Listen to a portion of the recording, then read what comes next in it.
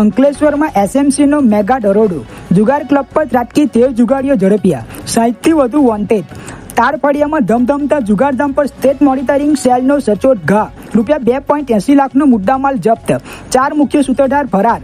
અંકલેશ્વર શહેરના તારફળિયામાં ધમધમતા જુગાર પર ગાંધીનગર સ્ટેટ મોનિટરિંગ સેલે દરોડો પાડી જુગારના કાળા કારોબાર પર મોટો પ્રહાર કર્યો છે. કાર્યવાહી દરમિયાન 13 જુગારીઓને રંગે હાથ ઝડપી પાડવામાં આવ્યા હતા, જ્યારે જુગાર ક્લબના 4 મુખ્ય સૂત્રધાર સહિત 60થી 70 જેટલા અન્ય જુગારીઓ પોલીસ આવે તે પહેલા જ ફરાર થઈ ગયા હતા. પોલીસે સ્થળ પરથી રોકડ અને મોબાઈલ સહિત રૂપિયા 2.80 લાખનો મુદ્દામાલ કબજે કર્યો છે. એસએમસીની ટીમ ભરૂચ જિલ્લામાં પેટ્રોલિંગમાં હતી ત્યારે ચોક્કસ બાતમી મળી હતી કે તારફળિયામાં સલીમ હુસેન, સૈયદ, જાકીર કમરુદ્દીન શેખ, કાંતિ મોરા અને વિજય દલપત વસાવાની સંડોવણી હેઠળ જુગાર ક્લબ ધમધમી રહી છે.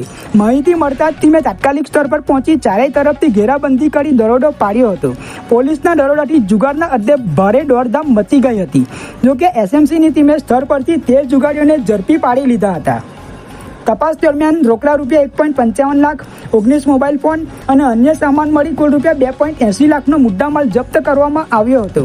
આ કેસમાં ઝડપાયેલા આરોપીઓ સામે ગુજરાત જાહેર જુગાર ધારા હેઠળ ગુનો નોંધવામાં આવ્યો છે, જ્યારે જુગાર ક્લબના 4 મુખ્ય સૂત્રધાર તથા અન્ય 60થી 70 જેટલા શખ્સોને વોન્ટેડ જાહેર કરીને તેમની શોધખોળ માટે પોલીસની અલગ અલગ ટીમો કામે લાગી છે.